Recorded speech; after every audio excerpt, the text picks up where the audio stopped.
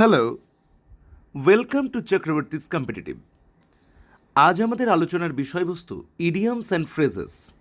এই idioms and phrases is one of the important portions of vocabulary section. আমাদের English vocabulary সেকশনের যে বিষয়টা আমাদেরকে সব সময় খেয়াল রাখতে হবে, যেটা আমাদের ইংলিশ ইমপ্রুভমেন্টের ক্ষেত্রে, আমাদের ইংলিশকে আরও বেশি স্ট্রং বানানোর ক্ষেত্রে যেটা সবথেকে বেশি হেল্প করে, সেটা কিন্তু ইডিয়ামস অ্যান্ড ফ্রেজেস। এটা রাইটিং স্কিল তোমার অনেক ডেভেলপ করে দেয়। একটা সাধারণ কথাকে তুমি যখন একটা ইডিয়ামস বা ফ্রেজের মাধ্যমে লিখবে, তখন সেটার আলাদা মাত্রা থাকে, যেটা ন্যাচারালি দেখা গেছে এই আমাদের ভোকাবুলারি সেকশনের মধ্যে synonym antonym, one word substitution, idioms and phrases, appropriate prepositions এবং ফ্রেজাল ভার্ব, এই কটা পোর্শনে যারা ভীষণ রকমের স্ট্রং, প্রিলিমিনারি পোর্শনের যে কম্পিটিটিভ পরীক্ষার যে প্রিলিমস লেভেল, সেই প্রিলিমস লেভেলে তারা আউটস্ট্যান্ডিং পারফরমেন্স করে। প্রিলিমস লেভেলে গ্রামার কম, ভোক্যাবস বেশি থাকে, এটা আগে নিজেকে বুঝতে হবে। সেই অনুযায়ী আজ আমরা আমাদের আলোচনার শুরু করব ইংলিশ ভোকাবুলারির ইডিয়ামস অ্যান্ড ফ্রেজেস সেকশন দিয়ে। এই জায়গায় যেটা খেয়াল রাখতে হবে যে ইডিয়ামস অ্যান্ড ফ্রেজ কি, প্রথমেই বলে রাখি যারা একদম প্রথম শুনছো তাদের জন্য, সেটা হলো এটা এমন কিছু বিশেষ ধরনের শব্দ বা শব্দগুচ্ছ যার সাথে তার অর্থের কোনো আক্ষরিক বা লিটারাল মিনিং, মানে কোনো সিমিলারিটি পাওয়া যায় না। ঠিক আছে? অর্থাৎ শব্দটার যদি আক্ষরিক অর্থ আমরা বার করি, তাহলে যেটা দাঁড়ায় সেটা কিন্তু তার স্বাভাবিক অর্থ নয়। দেখা যায় সম্পূর্ণ অন্য রকমের একটা মিনিং বেরিয়ে আসছে। সেই জন্য এটাকে মেমোরাইজ করাটা খুব প্রয়োজন। আজকের ক্লাসটা আমি দিয়ে দিচ্ছি, ক্লাসটা তুমি খাতায় নোট নিয়ে নিলে মানেই ক্লাসটা হয়ে গেল না। এটা রিভিশন দিয়ে নিজেকে রেডি করতে হবে, ইভেন ধরলেই যাতে পারা যায় সেই জায়গায় নিয়ে যেতে হবে। প্রথমেই বলে রাখি, ক্লাসের পরে কিন্তু আমি এক্সাম নেব, সেইভাবে রেডি করবে। আশা করব আমার প্রত্যেকটা কথা বোঝা গেছে। শুরু করব আজকের ক্লাস ইডিয়ামস অ্যান্ড ফ্রেজেস। আমি প্রত্যেকটা ইডিয়ামস, বাঁদিকে serial number, S number, idioms and ফ্রেজগুলো রয়েছে এবং তার মিনিংটা পাশে ইংরেজিতে দেওয়া আছে। যেটার প্রয়োজন হবে আমি বাংলায় লিখে বলে দেব, তবে মুখে আমি বাংলা করে প্রত্যেকটাই বুঝিয়ে দেব। একটু খেয়াল রেখে ক্লাসটা করো, খুব ভালো লাগবে, খুব ইন্টারেস্টিং ক্লাস। আমার কিছু বাছাই করা খুব ইম্পর্টেন্ট আমি একটা কালেকশন তৈরি করেছি। আজকের ক্লাসে অবশ্যই সমস্ত দেব না, আমি আগামী বেশ কয়েকটা সিরিজ ওয়াইজ দেব, দেখি কতগুলো করা যায়। লেটস বিগিন, শুরু করি। First question number 1। Question number 1-এ বলছে rank and file. Question number 1-এ বললো র্যাঙ্ক অ্যান্ড ফাইল। এই র্যাঙ্ক অ্যান্ড ফাইল কথার মানে কি? মিনিংটা বলছে অর্ডিনারি পিপল বা কমন ম্যান, সাধারণ মানুষ। ব্যাপারটা ক্লিয়ার? সাধারণ মানুষ বা কমন ম্যান, অর্ডিনারি পিপল। তাহলে র্যাঙ্ক অ্যান্ড ফাইল, তার মানে আমরা কমন মানুষ, লেম্যান যাদেরকে বলি, ঠিক আছে, আম আদমি এক কথায়। তাহলে সেইখানে আমি অর্ডিনারি পিপলের বদলে আমি যদি কোনো লেখায় র্যাঙ্ক অ্যান্ড ফাইল কথাটা ব্যবহার করি, এটা আমার লেখার মাত্রা বাড়াবে। Point number 1। Second of all, এটা কিন্তু পরীক্ষাতে ডাইরেক্ট কোয়েশ্চেনটা কীভাবে আসে, what is the meaning of rank and file, বা what is the meaning of the idiomatic expressions. Rank and file দিয়ে দেবে, দিয়ে 4টে অপশান দিল, কমন ম্যান, কমন বা অর্ডিনারি পিপল, আরও বিভিন্ন রকমের, ধরো ফাইল, অফিসিয়াল ফাইলস, এরকম উল্টো পাল্টা অনেক রকমের সঙ্গে কিছু অপশানস দিয়ে দেবে, বা ordinary people, ordinary animal, ordinary books, ordinary furnitures, এরকম অনেক কিছু দিয়ে দিতে পারে। সেই ক্ষেত্রে কিন্তু তোমাকে অর্ডিনারি পিপলটা তোমাকে অ্যান্সার করতে হচ্ছে, অর্থাৎ সাধারণ মানুষ। অর্ডিনারি পিপল বা কমন ম্যান, লেম্যান, ওকে, সাধারণ মানুষ, যা খুশি বলতে পারো। I hope it is clear. ব্যাপারটা ক্লিয়ার আশা করি। ওকে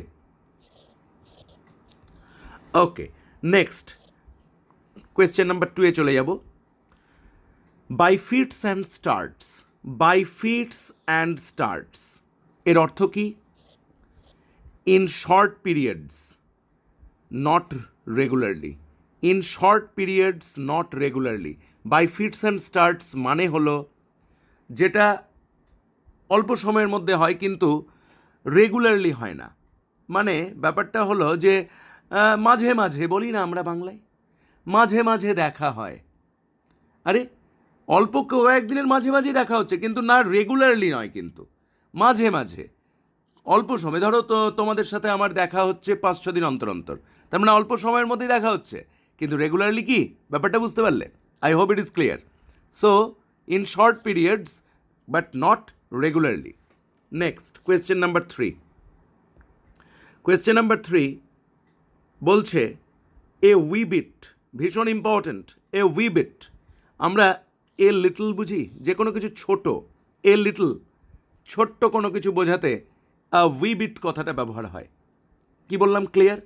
আ উই বিট মানে এ লিটল, ছোট কোনো কিছু। Okay, so you can easily understand what I am talking about. Okay, জায়গাটা ক্লিন করে দিলাম। চলে আসবো question number 4। Out of the wood. Out of the wood মানে কি? Free from difficulties and danger. আরে আউট অফ দ্য উড মানে কি? এমনিতে উড মানে কি? কাঠ বা বন, উডস, ঠিক আছে? তাহলে আউট অফ দ্য উড অনেক ক্ষেত্রে উডস দেয়, যাই হোক সেটা নিয়ে আমি আলোচনা করছি না।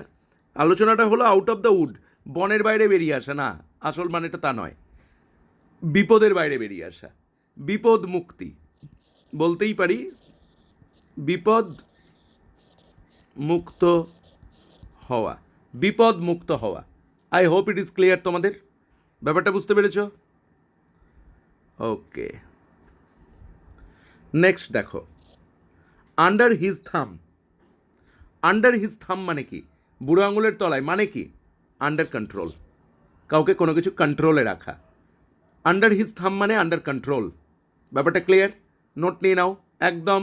এটা কিচ্ছু না, এই জায়গাটায় আমার বোঝানোর জায়গা সত্যিই খুব কম। এটা ভোক্যাবস পোর্শন, এটা তোমাদের নিজেদেরই দায়িত্ব ছিল রেডি করা, কিন্তু তবুও আমার একটা রেসপন্সিবিলিটি থেকে যায়, কারণ তোমরা নিজেরা কতটুকু করছো নিজের থেকে, নিজের তাগিদে, সেটা নিয়ে আমার অনেক প্রশ্ন আছে। সেই জন্য একদম ডাইরেক্টলি স্পিকিং আমি আমার দিক থেকে করিয়ে দিচ্ছি, তোমরা রেডি করো। ডাইরেক্ট পরীক্ষায় কমন পাবে, এর বাইরে আসে না। যারা তোমরা experience, you can easily understand, তোমাদের ভালো রিভিশন হচ্ছে, তোমাদের রিভিশন করানোটাই আমার উদ্দেশ্য। আর যারা বিগিনার্স তারা শেখো, তারা রেডি করো, দ্যাটস ইট। অ্যাট ওয়ান সুইট সেন্ট, দারুণ কোয়েশ্চেন, এক কথাই বলে দিলাম, পাজলড। পাজলড এত বড় কথার মনে রাখারই দরকার নেই। In a state where no one, মানে one does not know what to do, মানে এমন একটা অবস্থা যেখানে সে জানে না কি করতে হবে, কি করণীয়, কি করা উচিত, তুমি বুঝতে পারছো না, এক কথায় লিখলাম পাজলড। এনিগম্যাটিক, এনিগমা, এনিগমা বা পাজল, এনিগমা একটা ভালো শব্দ, সিনোনিমে দেয়। তাহলে পাজলড মানে কি? হতবুদ্ধি হওয়া।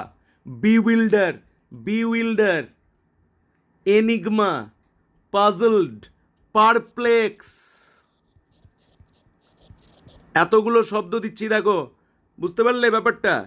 তার মানে আলটিমেটলি তুমি কিন্তু যে কোনো একটা তোমার পরীক্ষার অপশানে থাকতে পারে, পারপ্লেক্স থাকতে পারে, পাজল থাকতে পারে, এনিগমা থাকতে পারে, বিউইল্ডার থাকতে পারে, বুঝতে পেরেছো? যেটাই থাকুক তুমি জেনে রাখো, অ্যাট ওয়ান সুইটনেসড মানে হতবুদ্ধি হওয়া। হতবুদ্ধি মানে, হতবুদ্ধি কথার অর্থ হলো যে আমি কি করব বুঝতে পারছি না। In a state where one does not know what to do, এমন একটা অবস্থা আমি কি করব বুঝতে পারছি না। অনেক রকমের সিচুয়েশন আমাদের লাইফে আসে যখন আমরা ডিসাইড করতে পারি না কি করণীয়, বুঝতে পারলে? সেই টাইমে আমরা বুদ্ধিভ্রষ্ট হয়ে আমরা ডিসাইড করতে পারি না, ইন্টেলেকচুয়ালিটি কাজ করে না, সেইটাকে বলছে অ্যাট ওয়ান্স উইটস এন্ড। এটা পরীক্ষায় বহুবার এসেছে, খেয়াল থাকে। Question number 7, between the devil and the deep sea, দারুণ, উভয় সংকট, এর বাংলা হলো উভয় সংকট। Between the devil and the deep sea, okay, বাংলাটা কি বললাম? উভয় সংকট, মানে একদিকে ডেভিল, শয়তান, দানব, অন্যদিকে গভীর খাত, মানে বিটুইন টু ডেঞ্জার্স। জলে কুমির, ডাঙায় বাঘ, যেটা বলবে সেম জিনিস, বোঝাতে পেরেছি? তাহলে between the devil and the deep C অর্থাৎ উভয় সংকট, বুঝতেই পারছো? মানে যেদিকেই যাব সেদিকেই বিপদ, ব্যাপারটা এরকম, বুঝতে পেরেছ? So called. So next, burn the midnight oil. এইটা অসামান্য, আমি বলবোই, বহুবার পরীক্ষায় এসেছে এবং এটা এটা অ্যাকচুয়ালি এই ইডিয়ামসটা মেনে যারা চলে তারা চাকরি পায়। এই ইডিয়ামসটাকে আমি বলি, এটা একটা মানে কি বলবো, যে একটা জ্যাকপট ইডিয়ামস বলতে গেলে। এই ইডিয়ামসটা মেনে চললে একটা গোল্ডেন রুল বলতে পারো এটা ইডিয়ামসের। তোমার লাইফে তুমি সফল হবেই হবে, তুমি চাকরি পাবেই। বার্ন দ্য মিডনাইট অয়েল মানে হলো মধ্যরাতের তেল পোড়ানো, অর্থাৎ মানে অধিক রাত পর্যন্ত যে প্রদীপ বা যে অয়েল বার্ন করে, এটা আক্ষরিক মিনিং সেটা নয়। ওয়ার্ক অর স্টাডি হার্ড এর অর্থ। বার্ন মিডনাইট অয়েল মানে প্রচুর পরিশ্রম করা, কঠোর পরিশ্রম করা। টয়েল, টিও আইএল, টয়েল, টয়েল মানে কি? কঠোর পরিশ্রম। টিও আইএল, টয়েল, টয়েল মানে কঠোর পরিশ্রম করা, ঠিক আছে? তাহলে বার্ন দ্য মিডনাইট অয়েল মানে কি দেখলাম? কঠোর পরিশ্রম করা, বুঝতে পেরেছ? টয়েল হার্ড, টয়েল কথার মানে পরিশ্রম, ওকে? হার্ড ওয়ার্ক বোঝো তো? Work hard. তুমি পড়াশোনা যদি প্রচণ্ডভাবে করো, সফলতা আসবেই। আর অ্যাকচুয়ালি তারাই সফল হয় যারা পড়াশোনা সিরিয়াসলি করে বা কাজকর্মগুলো সিরিয়াসলি করে, ঠিক আছে? সফলতা সিঁড়ি খুব সহজ নয়, সফলতা সহজে আসে না। এটা মানে ওয়ান ডে তোমার অ্যাকচুয়ালি জব হতে পারে না। এটা দীর্ঘদিনের নিরলস চেষ্টার মাধ্যমেই আসতে পারে। এই যে তোমরা পড়াশোনা করছো, সিরিয়াসলি পড়াশোনাটাকে নিচ্ছ, তাদেরই সফলতা আসবে। আমার এই মুহূর্তে এই যে আমি পড়াচ্ছি, এটা যারা টেক ইট, যারা সিরিয়াসলি নিচ্ছ, বিলিভ মি, আমি না, এটা স্বয়ং তোমার গড, আল্লাহ, তুমি ঈশ্বর যাই বলো, সেই তোমাকে হেল্প করবে। ব্যাপারটা কীরকম, মানে এইখানে কেউ আটকাতে পারবে না। কর্মের নীতি, তার মানে law of karma, actually law of action. কর্মের নীতি বলছে তুমি যেমন করবে তেমন ফল। হার্ডওয়ার্ক করলে তার ফল আছেই, সফলতা আসবেই, কেউ আটকাতে পারবে না। কিন্তু সেই জায়গায় তোমাকে কিন্তু you have to burn the midnight oil. তুমি যদি কোনো একটা সেন্টেন্স লিখতে যাচ্ছ যে ছেলেটা কঠোর পরিশ্রম করে, সে সফল হবেই, তাহলে তুমি এখানে লিখতেই পারো যে হার্ডওয়ার্ক তো সবাই লিখবে, তুমি লিখতে পারো the boy burns the midnight oil. As the boy burns the midnight oil, he will surely be successful. এই যে জায়গাটা, বুঝতে পারলে? এইভাবেই ইডিয়ামসের ব্যবহার হয় সেন্টেন্সে। 9 নম্বরে বলছি, কল এ স্পেড এ স্পেড। এটা দারুণ কথা ভাই। মানে স্পেড মানে এমনিতে কোদাল, সেটা না, বিষয়টা হলো স্পেড মানে কোদাল। হ্যাঁ, তোমাদের যদি জানতে ইচ্ছে করে স্পেড মানে কি, কোদাল। একটা কোদালকে কোদাল বলা মানে একটা বোতলকে বোতল বলা, একটা লাঠিকে লাঠি বলা, একটা বইকে বই বলা। মানে কি, বক্তব্যটা কি বলতে চাইছে? মানে যে জিনিসটা যেটা, তাকে সেটাই বলা। কোনো রং মাখিয়ে কোনো রকমের কোনো ভণ্ডামি না, হিপোক্রিসি নেই, সোজা কথা। স্পিক ফ্র্যাঙ্কলি ভাই, ডাইরেক্টলি বলছি গুরু, ব্যাপারটা বোঝো। Honest and straight forward. Above board বলেও একটা ইডিয়ামস হয়। কি বললাম? অ্যাবাভ বোর্ড, এটার মানে হলো অনেস্ট অ্যান্ড স্ট্রেট ফরওয়ার্ড।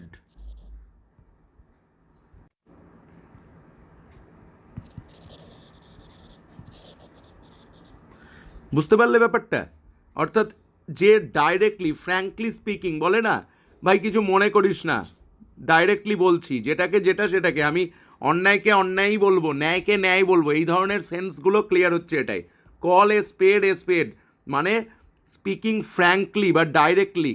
বুঝতে পারলে ব্যাপারটা? পুরো ব্যাপারটা ক্লিয়ার আশা করি। নেক্সট কোয়েশ্চেন নাম্বার 10, 10 নম্বর কোয়েশ্চেনটা করছি। কাম অফ উইথ ফ্লাইং কালার্স, এটা বহুবার করিয়েছি। যারা তোমরা মানে একদম মানে সিজনড রয়েছো, যারা বেশ কিছুদিন থেকে পরীক্ষা দিয়েছো, এই কোয়েশ্চেনটা আমি ক্লাসে বহুবার করিয়েছি। কাম অফ উইথ ফ্লাইং কালার্স অর্থাৎ বি হাইলি সাকসেসফুল। অ্যাকচুয়ালি যে মিডনাইট অয়েল বার্ন করবে সে কি হবে? কাম অফ উইথ ফ্লাইং কালার্স, সে অবশ্যই সাকসেসফুল হবে, তাই তো?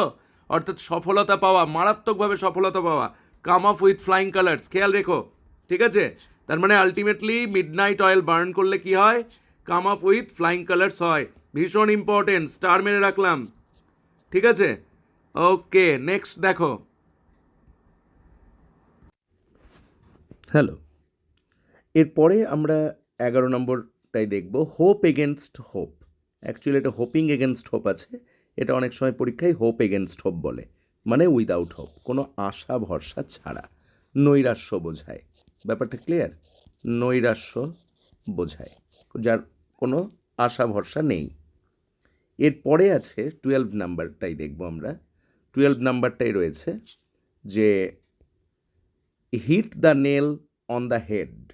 Hit the nail on the head অর্থাৎ কোনো প্রেক তার মাথায় মারা। এর অর্থ যেটা দাঁড়ায় সেটা হলো do or say the exact thing, মানে বিষয়টা বলি, do or say the exact thing অর্থাৎ আসল কথাটা বলা। Hit the nail on the head কথার অর্থ হলো সরাসরি স্পষ্ট ভাষায় কথা বলা। ব্যাপারটা ক্লিয়ার? এর পরেরটা ভীষণ ইম্পর্টেন্ট, বহুবার পরীক্ষায় এসেছে এবং ছেলে মেয়েদের প্রচুর ভুল হয়। An axe to grind. An axe to grind এর মানে হলো a personal interest in the matter, কোনো ব্যাপারে নিজের পার্সোনাল ইন্টারেস্ট দেখানো। ঠিক আছে? A personal interest in the matter, কোনো ব্যাপারে তুমি পার্সোনাল ইন্টারেস্ট শো করছো, সেইটাকে বলছে অ্যান অ্যাক্স টু গ্রাইন্ড। এরপরে খুব সুন্দর, টু গেট রিড অফ, এটা ডিসপোজ অফ, কোনো কিছু থেকে বাদ হয়ে যাওয়া। টু গেট রিড অফ, কোনো কিছু থেকে মুক্তি চাওয়া, কোনো কিছু থেকে বিরত হয়ে আসা। ঠিক আছে? মানে আমি কোনো কিছু থেকে নিজেকে সরিয়ে আনতে চাইছি, I want to get rid of this, আমি এটা চাই না, এইরকম ব্যাপারটা ডিসপোজ অফ। ঠিক আছে? আচ্ছা, এর পরেরটা খুব দারুণ, বিটার এনমিটি, অবশ্যই। At daggers ড্রন।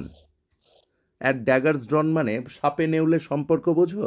মানে একদম সাপে নেউলে সম্পর্ক, মানে কোনো রকমের, মানে বিটার এনমিটি, বুঝতে পেরেছ?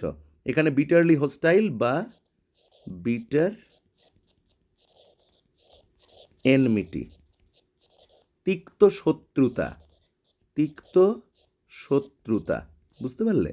তাহলে বিটার এনমিটি, তিক্ত শত্রুতা, বোঝাতে পারলাম? অ্যাট ড্যাগার্স ড্রন অর্থাৎ মানে বুঝতেই পারছো, দুজনে দুজনের দিকে একদম ছুরি চাকু ধরলে ব্যাপারটা যেটা দাঁড়ায়। ঠিক আছে? ওকে, এর পরেরটা খুব সুন্দর, to play ducks and drakes. To play ducks and drakes 16 নম্বর। এর অর্থ এটাই যে to act foolishly or inconsistently, অর্থাৎ বোকামি করা। এক কথায় to play ducks and drakes মানে হলো যে বোকামি করা, কোনো একটা কাজ করলাম, বোকার মতো কাজ করা, বুঝতে পারলে? নেক্সট আমরা চলে যাব question number 17, to take the bull by the horns. To take the bull by the horns মানে বুঝতেই পারছো, খুব সাহসিকতার সাথে যদি ষাঁড়ের শিং ধরো, তার মানে পরিস্থিতিটা কী হচ্ছে ইউ ক্যান ইজিলি আন্ডারস্ট্যান্ড। তো বলছে to tackle a problem in a bold and direct fashion. Bold মানে হলো সাহসী, ব্যাপারটা বুঝতে পেরেছো? ব্রেভ, হ্যাঁ, বোল্ড মানে হলো ব্রেভ বা সাহসী। ওকে, সাহস দেখানো, বোল্ডলি। ঠিক আছে? ব্রেভলি। তো এখানে বলতে চাইছে to take the bull by the horns মানে কোনো একটা সিচুয়েশনকে খুব সাহসিকতার সাথে তুমি যদি ফেস টু ফেস হও, সেই ক্ষেত্রে to tackle a problem in a bold and direct fashion. আর এটা জানো, রেন ক্যাটস অ্যান্ড ডগস, এটা তোমাদের সবার জানা, এটা একটা ফ্রেজ, রেন হেভিলি, মুষলধারে বৃষ্টি, মুষলধারে বৃষ্টি, বুঝতে পারলে? মুষলধারে বৃষ্টি মানে প্রচণ্ড বৃষ্টি হলে সেটাকে বলা হয় ক্যাটস অ্যান্ড ডগস, বৃষ্টি হচ্ছে। ওকে, আমরা নেক্সট পেজে চলে এসেছি, প্রচুর রয়েছে, আজকে তোমাদের 20-22টা করাবো।